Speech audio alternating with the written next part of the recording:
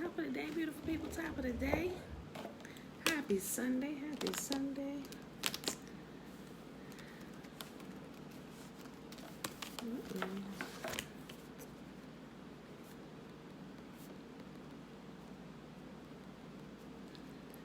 Alicia.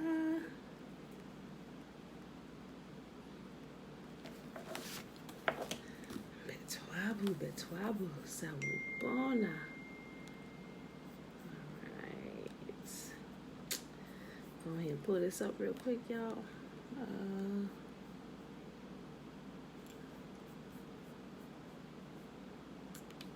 I left my mouse. Okay. Alright, y'all. Happy Sunday. Happy Sunday. It is April the 2nd. Happy birthday to you. Happy birthday to you. Happy birthday to Alicia. Happy birthday to you. All right, y'all. It is day 215, August the 2nd. August the 2nd, 2020. We are reading Ezekiel 38, 39, and 40. So let's get started straight away. We're reading from the NLT version, New Living Translation, y'all. Okay, this is another message that came to me from Yahuah. Son of man, turn and face Gog of the land of Magog, the prince who rules over the nations of Meshach and Tubal, and prophesy against him. Give him this message from me. Gog, I am your enemy. I will turn you around and put hooks in your jaws and lead you out with your whole army, your horses and charioteers in full armor, and a great horde armed with shields and swords.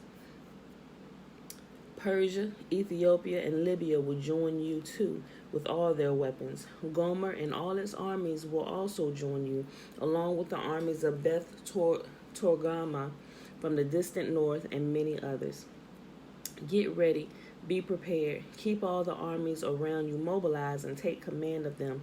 A long time from now, you will be called into action. In the distant future, you will swoop down on the land of Israel, which will be enjoying peace after recovering from war and after its people have returned from many lands to the mountains of Israel. You and all your allies, a vast and awesome army, will roll down on them like a storm and cover the land like a cloud. So we know that this is talking about a future prophecy, right? He said in the distant future, a long time from now, after people have returned from the four corners of the earth, after they've been enjoying peace. Matter of fact, I think it's Zephaniah. We haven't read it yet. Zephaniah talks about that when we return to our land, there is going to be a time of peace and prosperity for us as we recover. So a lot of people we hear, if you listen to the way prophecy is being taught now, and if you ever, everybody's familiar with the term Armageddon, right? They say, oh, this is Armageddon and all the nations coming against Israel. But first of all, if you don't know who true Israel is, your prophecies are off. Just about 100% of your prophecies are off, because they thinking like Armageddon is going to happen and everybody's coming up against the created state of Israel, which was created by the Balfour Declaration. They think, oh, this is Armageddon over there. No, it's not. The people of Israel have not returned because we are still scattered to the four corners of the earth. That's going to happen a very long time from now. We have to return, and we have to enjoy a long time of peace and prosperity before all the nations realize we should not have let them go. And they're going to come up and they're going to try it again. And that's when Yahuah said, I'm going to come down. And that's when we're going to read it here today, where he said he's going to call all the nations up, to come up or whatever. He said he's going to deal with them there and plead with them for his people. They ain't going to listen. So that's why hordes of them are going to die. And we're going to be bearing bodies for, I think it says 7 months. And we're going to be melting down weapons for like 7 years. Or it could be the other way around. Yeah, I think it's melting down the weapons and stuff for like 7 years. So, okay, listen. Let me go back to 4. I'll read 4 again. I will turn you around and put hooks in your jaws to lead you out with your whole army, your horses and charioteers, your full armor, and a great horde armed with shields and swords. Persia, Ethiopia, and Libya will join you too with all their weapons. Gomer and all its armies will join you, along with the armies of Beth Togarmah from the distant north and many others. Get ready. Be prepared. Keep all the armies around you mobilized and take command of them. A long time from now, you will be called into action. In the distant future, you will swoop down on the land of Israel, which will be enjoying peace after recovering from war and after its people have returned from many lands to the mountains of Israel. You and all your allies, a vast and awesome army, will roll down on them like a storm and cover the land like a cloud. This is what Yahuah says. At that time, evil thoughts will come to your mind and you will devise a wicked scheme. You will say, Israel is an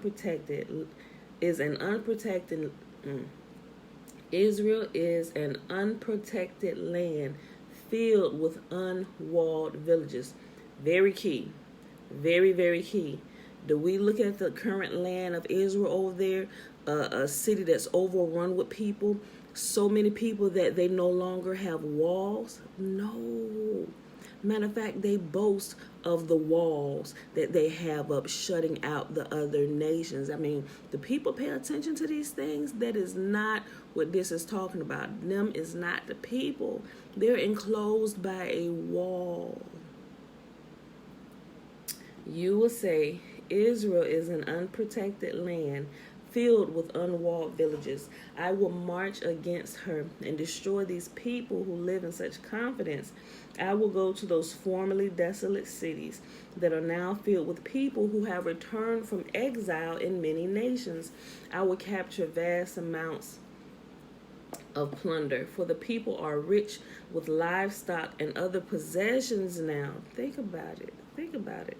Look, they think the whole world revolves around them, because when Yahuah restores us to our land, he told us, he said, we're going to enjoy a time of peace. Old men and women going to be able to sit outside on their porches and their rocking chair in peace. The children going to be able to play in the streets. Ain't going to have to be afraid about nothing. He said no one will ever make you afraid again, you know. And we'll be known for our produce.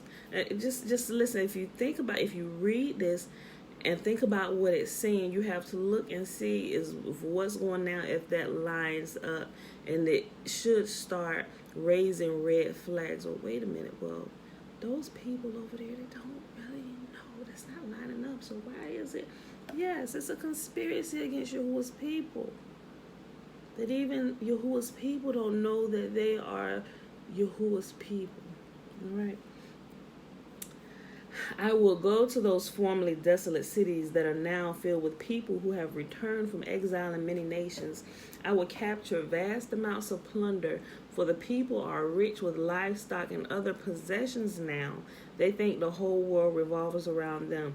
But Sheba and Dedan and the merchants of Tarshish will ask, do you really think that the enemies you have gathered can rob them of their silver and gold? Do you think you can drive away their livestock and seize their goods and carry off plunder?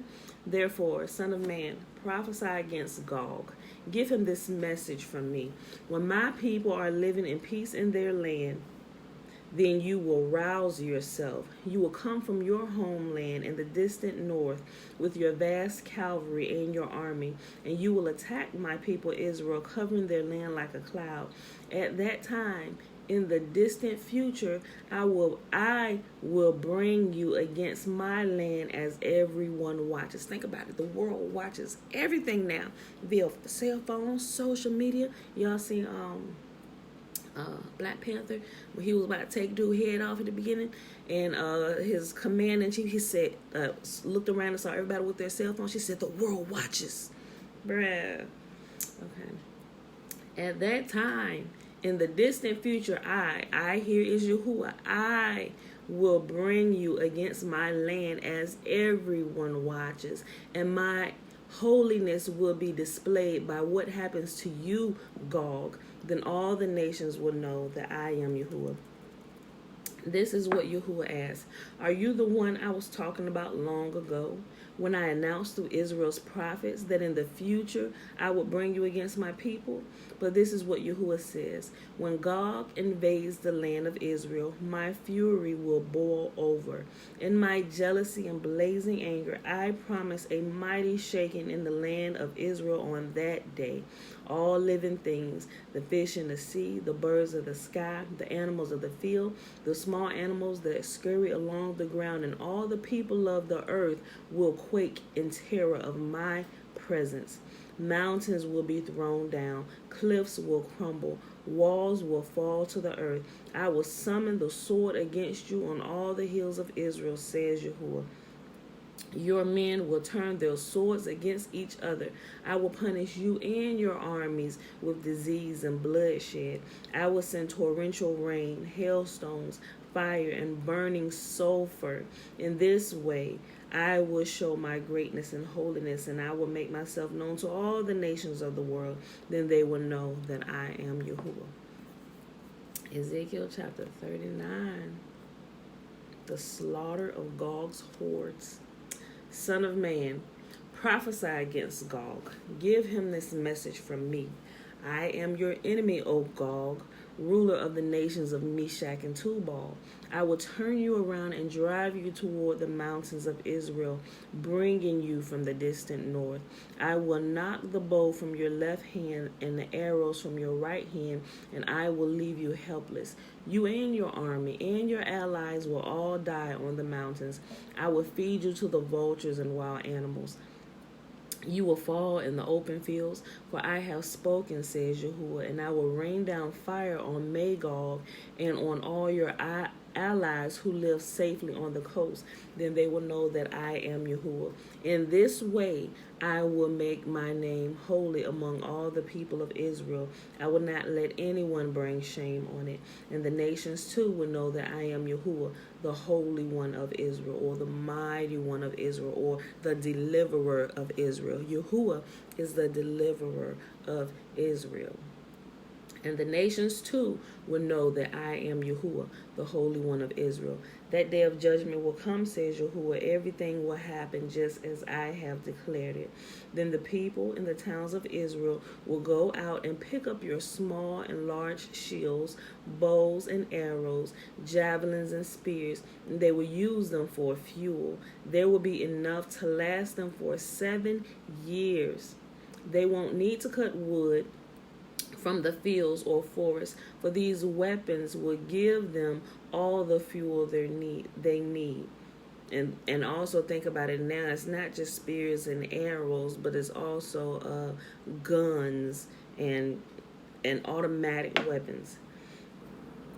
They won't need to cut wood from the fields or forests, for these weapons will give them all the fuel they need. They will plunder those who have planned to plunder them, and they will rob those who plan to rob them, says Yahuah. And I will make a vast graveyard for Gog and his hordes in the valley of travelers east of the Dead Sea. It will block the way of those who travel there, and they will change the name of the place to the Valley of Gog's Hordes. It will take 7 months for the people of Israel to bury the bodies and cleanse the land. So 7 years to melt down all the weapons. 7 months to bury all the dead bodies that will be laying around. It will take 7 months for the people of Israel to bury the bodies and cleanse the land. Everyone in Israel will help, for it will be a glorious victory for Israel when I demonstrate my glory on that day, says Yahuah. After 7 months, teams of men will be appointed to search the land for skeletons to bury, so the land will be made clean again. Wherever bones are found, a marker will be set up, so the burial crews will take them to be buried in the valley of Gog's hordes. There will be a town there named Hamona, which means horde, and so the land will finally be cleansed. And now, son of man, This is what Yahuah says. Call all the birds and wild animals. Say to them, gather together for my great sacrificial feast. Pause. Now, also, here is something that if you hear being taught in the church, you will realize it is being taught wrong. Mind you, if you're not familiar with Yahuah says all through the Old Testament, which is named poorly, if you're not familiar with what he says, you will not be able to pick out the leaven when you get to the New Testament, right? So when you hear about the wedding, they name it the wedding feast of the Lamb or the Great Supper or whatever, Ezekiel tells you what this is. The mindset that we get is, oh, there's this beautiful table and it's like a banquet and a wedding and all this stuff. But Yahuah explains what his feast is, his great sacrificial feast. Listen to this. Y'all tell me what this is. He been saying it all along, but listen. And now, son of man, this is what Yahuah says.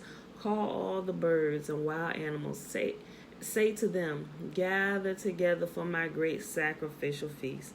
Come from far and near to the mountains of Israel, and there eat flesh and drink blood. Eat the flesh of mighty men and drink the blood of princes as though they were rams, lambs, goats, and bulls, all fattened animals from Bashan. Gorge yourselves with the flesh until you are glutted. Drink blood until you are drunk. This is the sacrificial feast I have prepared for you. Feast at my banquet table. Feast on horses and charioteers, on all the mighty men and all kinds of valiant warriors, says Yahuah. In this way I will demonstrate my glory to the nations. Everyone will see the punishment I have inflicted on them and the power of my fist when I strike. And from that time on, the people of Israel will know that I am Yahuah their God. The nations will then know why Israel was sent away into exile. It was punishment for sin, for they were unfaithful to their God. Therefore, I turned away from them and let their enemies destroy them. I turned my face away and punished them because of their defilement and their sins. So now, this is what Yahuah says. I will end the captivity of my people.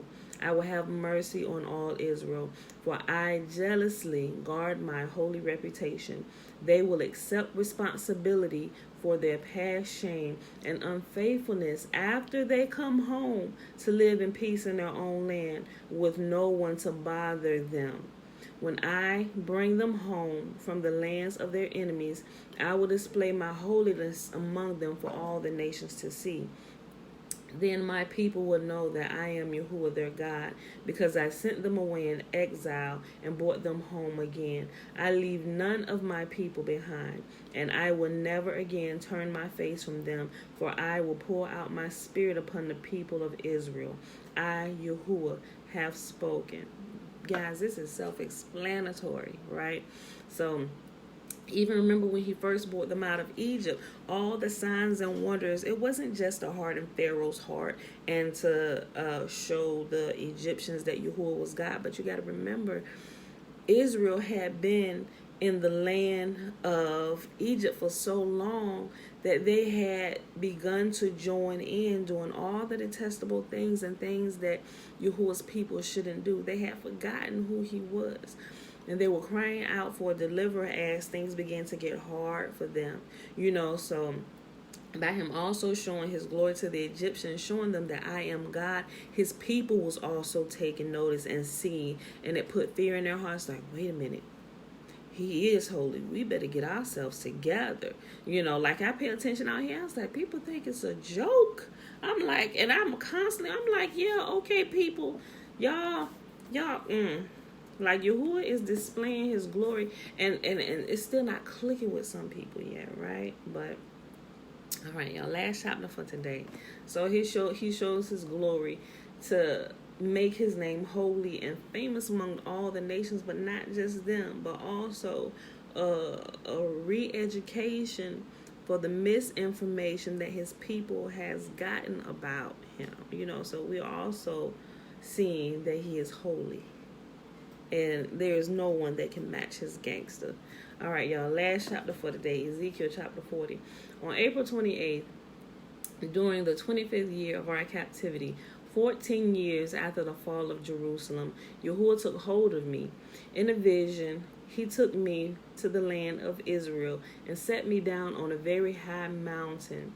For there I could see toward the south what appeared to be a city. As he brought me nearer, I saw a man whose face shone like bronze standing beside the gateway entrance. He was holding in his hand a linen measuring cord and a measuring rod. He said to me, "Son of man, watch and listen. Pay close attention to everything I show you. You have been brought here so I can show you many things. Then you will return to the people of Israel and tell them everything you have seen." I could see a wall completely surrounding the temple area. The man took a measuring rod that was 10.5 feet long and measured the wall. And the wall was 10.5 feet thick and 10.5 feet high. Then he went over to the eastern gateway. He climbed the steps and measured the threshold of the gateway. It was 10.5 feet front to back. There were guards, alcoves on each side built into the gateway passage. Each of these alcoves was 10.5 feet square, and the distance between them of 8 3/4 feet along the passage wall. The gate's inner threshold, which led to the entry room at the inner end of the gateway passage, was 10.5 feet front to back. He also measured the entry room of the gateway. It was 14 feet across, with supporting columns 3.5 feet thick. This entry room was at the inner end of the gateway structure, facing toward the temple. There were 3 guard alcoves on each side of the gateway passage. Each had the same measurements, and the dividing walls separating them were also identical. The man measured the gateway entrance, which was 17.5 feet wide at the opening and 22 3/4 feet wide in the gateway passage. In the front of each of the guard coves was a 21-inch curb. The alcoves themselves were 10.5 feet on each side. Then he measured the entire width of the gateway, measuring the distance between the back walls of the facing guard alcoves. This distance was 43 3/4 feet. He measured the dividing walls all along the inside of the gateway up to the entry room of the gateway. The distance was 105 feet. The full length of the gateway passage was 87.5 feet from one end to the other. There were recessed windows that narrowed inward through the walls of the guard alcove and their dividing walls. There were also windows in the entry room. The surfaces of the dividing walls were decorated with carved palm trees. Then the man brought me through the gateway into the outer courtyard of the temple. A stone pavement ran along the walls of the courtyard, and 30 rooms were built against the walls, opening onto the pavement. This pavement flanked the gates and extended out from the walls into the courtyard the same distance as the gateway entrance. This was the lower pavement. Then the man measured across the temple's outer courtyard between the outer and inner gateways. The distance was 175 feet. The man measured the gateway on the north, just like the one on the east. Here, too, there were 3 guard alcoves on each side with dividing walls and an entry room. All the measurements matched those of the east gateway. The gateway passage was 87.5 feet long and 43 3/4 feet wide between the backside of the walls of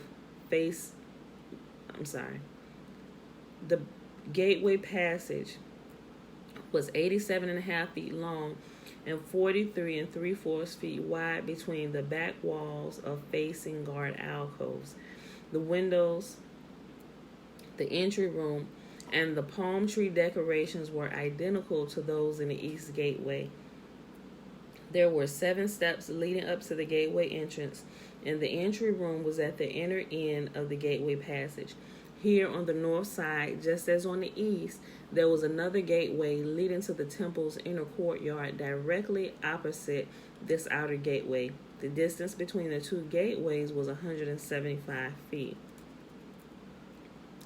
The man took me around to the south gateway and measured its various parts, and they were exactly the same as in the others.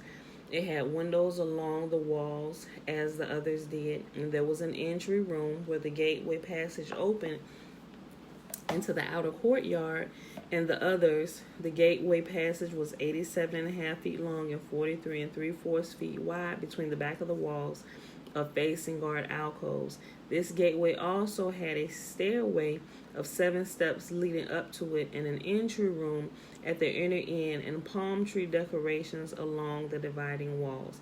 And here again, directly opposite the outer gateway, was another gateway that led into the inner courtyard.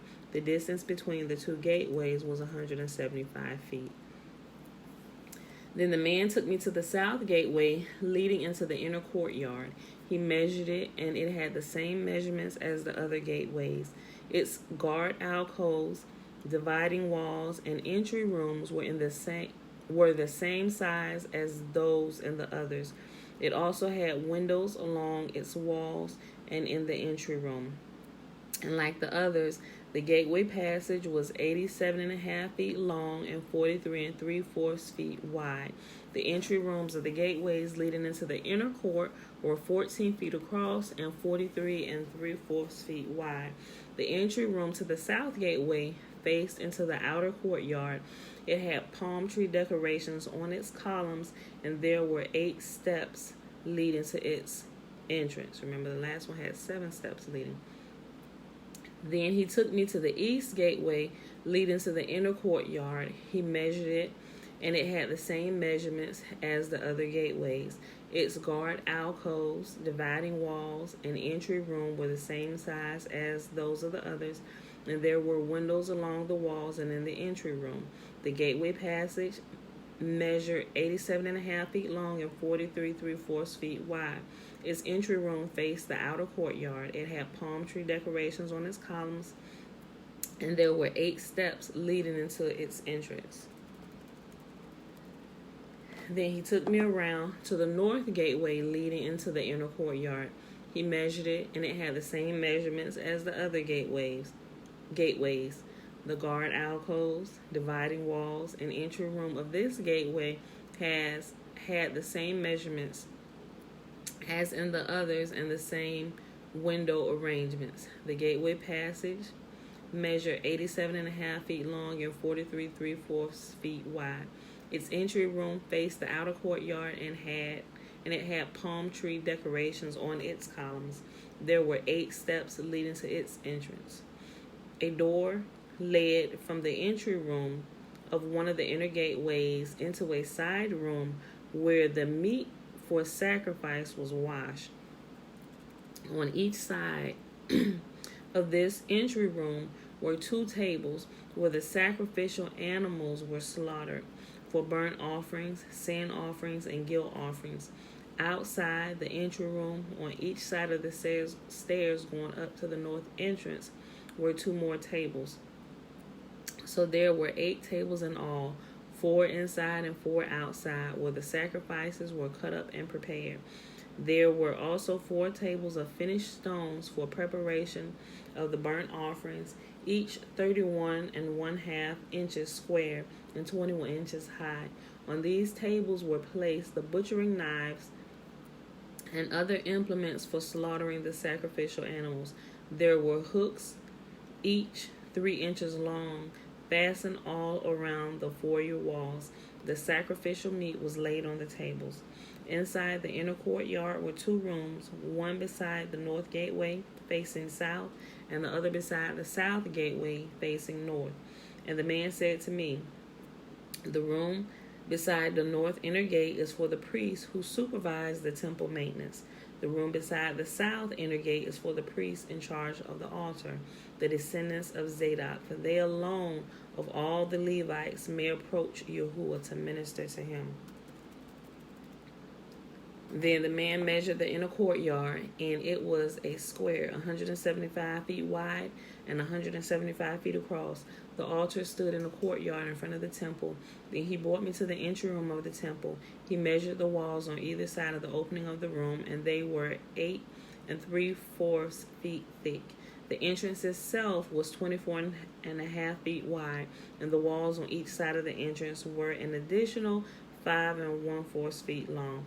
The entry room was 35 feet wide and 21 feet deep.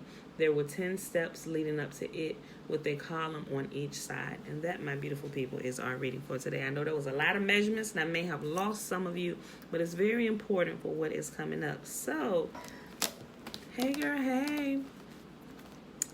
So that was our reading for today. We read Ezekiel 38, 39, and 40.